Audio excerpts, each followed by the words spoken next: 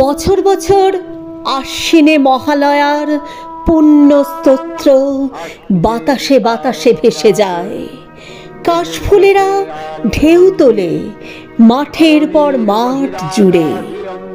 বছর বছর ঢাকিরা ঢাক বাজায়, আলোয় আলোয় ভরে ওঠে গ্রাম শহর মফস্বল। নতুন আনন্দে হাসিতে গানে মেতে ওঠে গোটা দেশ।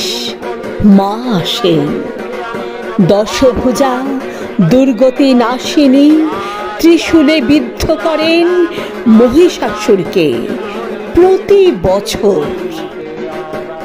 অসুর মরে না, মরেও মরে না, প্রতি বছর আবার বেঁচে ওঠে। আবার মা জগজ্জননীকে ত্রিশূল হাতে ভীষণ প্রচণ্ডা রূপে জাগ্রত হতে হয়।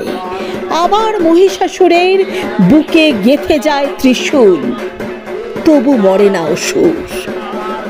আসলে বছরের 4 দিন আমরা মা দুর্গাকে ডাকি, আর বাকি 361 দিন অসুরদের সঙ্গেই তো থাকি।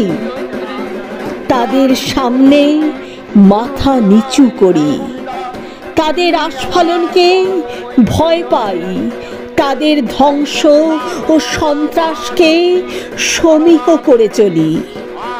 তাদের ভয়ে আমরা কুঁকড়ে থাকি, কুঁকড়ে।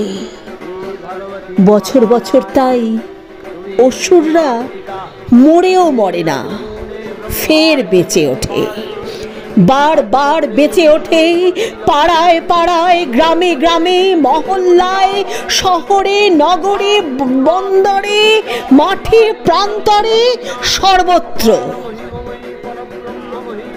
আমরা পুজো করি না, উৎসব করি। আমরা মন্ত্র উচ্চারণ করি না, মন্ত্র বলি না, উল্লাস করি।